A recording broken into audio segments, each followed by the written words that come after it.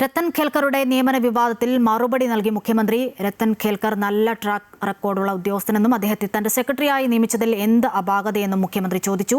IAS ഉദ്യോഗസ്ഥരുടെ നിയമനത്തിൽ ഇപ്പോൾ നടന്നത് താൽക്കാലിക മാറ്റം മാത്രമെന്നും മന്ത്രിമാരുടെ അഭിപ്രായം പരിഗണിച്ചുള്ള നിയമനങ്ങൾ ഉടൻ നടപ്പിലാക്കുമെന്നും മുഖ്യമന്ത്രി വിശദീകരിച്ചു. അതേസമയം ഗുരുവായൂരുമായി ബന്ധപ്പെട്ട് പ്രചരിക്കുന്നത് തെറ്റായ വാർത്തയെന്നും ആരുടെയും ദർശനം തടഞ്ഞിട്ടില്ല എന്നും താൻ 1000 രൂപ ടിക്കറ്റ് എടുത്താണ് ദർശനം നടത്തിയതെന്നും മുഖ്യമന്ത്രി വ്യക്തമാക്കി.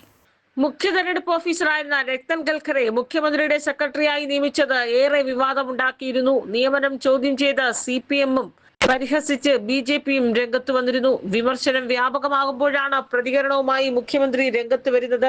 മികച്ച ട്രാക്ക് റെക്കോർഡുള്ള എഫിഷ്യന്റായ ഉദ്യോഗസ്ഥനാണ് രത്തൻ ഖേൽക്കർ. കഴിഞ്ഞ സർക്കാർ തന്നെയാണ് അദ്ദേഹത്തെ നിയമിച്ചത്. തന്റെ സെക്രട്ടറിയായി നിയമിച്ചതിൽ എന്താണ് തെറ്റെന്നും മുഖ്യമന്ത്രി ചോദിച്ചു. അതേ എഫിഷ്യന്റ് ആയിട്ടുള്ള ഒരു ഓഫീസറാണ്, അതുകൊണ്ടാണ് ഞാൻ എൻ്റെ ഓഫീസിൽ വെച്ചത്.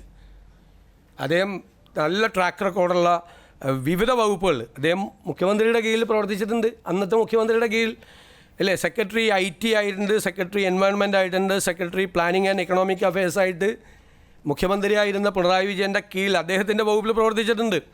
സെക്രട്ടറി ടാക്സസ് ആയിട്ടും GST കമ്മീഷണറായിട്ടും അന്നത്തെ ധനകാര്യമന്ത്രിയുടെ കീഴിൽ പ്രവർത്തിച്ചിട്ടുണ്ട്. ആ എക്സ്പീരിയൻസ് കൂടി വേണ്ടേ? ഞാൻ ധനകാര്യ വകുപ്പ് കൂടി കൈകാര്യം ചെയ്യുമല്ലേ. IAS ഉദ്യോഗസ്ഥരുടെ നിയമനത്തിൽ മന്ത്രിമാരോട് അഭിപ്രായം ചോദിച്ചില്ല എന്ന വിമർശനത്തിലും മുഖ്യമന്ത്രി വ്യക്തത വരുത്തി. ഇപ്പോൾ നിയമിച്ചത് താൽക്കാലികം മാത്രമാണ്. വകുപ്പുകൾ തരംതിരിക്കുകയാണെന്നും മന്ത്രിമാരെ കൂടി പരിഗണിച്ചുള്ള നിയമനങ്ങൾ ഉടൻ ഉണ്ടാകുമെന്നും പറഞ്ഞു. സസ്പെൻഷനിൽ കഴിയുന്ന IAS ഉദ്യോഗസ്ഥരായ B അശോകിനെയും N പ്രശാന്തിനെയും തിരിച്ചെടുക്കുന്ന കാര്യം ചർച്ചയിലാണ്. അതേസമയം ഗുരുവായൂർ ദർശനവുമായി ബന്ധപ്പെട്ട് പ്രചരിക്കുന്ന വാർത്തകൾ കള്ളമെന്ന് മുഖ്യമന്ത്രി പറഞ്ഞു. ഓരോ മന്ത്രിമാർക്കും ഇപ്പം 3-4 സെക്രട്ടറിമാരുണ്ട്. എൻ്റെ വകുപ്പുകൾ തന്നെ ഏകദേശം 8-9 സെക്രട്ടറിമാരുണ്ട്. അങ്ങനെ ഭരിക്കാൻ പറ്റില്ല.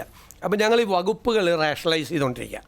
വകുപ്പുകൾ റാഷണലൈസ് ചെയ്യുന്നത് വെച്ച് കഴിഞ്ഞാൽ അപ്പോൾ ഓരോ വകുപ്പ് എടുത്ത് ഓരോ മന്ത്രിമാരുടെയും വകുപ്പ് എടുത്തു കഴിഞ്ഞാൽ അറിയാം അവിടെ ചിലപ്പോൾ 3-4 സെക്രട്ടറിമാരാണ്.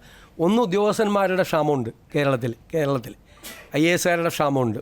അതുകൊണ്ട് അത് സൂക്ഷ്മമായി പരിശോധിച്ച് മന്ത്രിമാരെയും കൂടി അഭിപ്രായങ്ങൾ, അതാത് വകുപ്പുകളുടെ കൂടി അഭിപ്രായങ്ങൾ കൂടെ പരിഗണിച്ചിട്ടുള്ളൊരു ഡിപ്ലോയ്മെൻറ്റാണ് ഉണ്ടാകുന്നത്. ഇപ്പോൾ നടത്തിയിരിക്കുന്നത് അഡ്മിനിസ്ട്രേറ്റീവ് ആയിട്ടുള്ളൊരു ടെമ്പററി ആയിട്ടുള്ള ഒരു നടപടിക്രമമാണ് ചെയ്തിരിക്കുന്നത്. സ്ത്രീകളുടെ സൗജന്യ യാത്ര ഉൾപ്പെടെയുള്ള വിഷയങ്ങൾ മന്ത്രിസഭാ യോഗത്തിൽ ചർച്ചയായില്ല.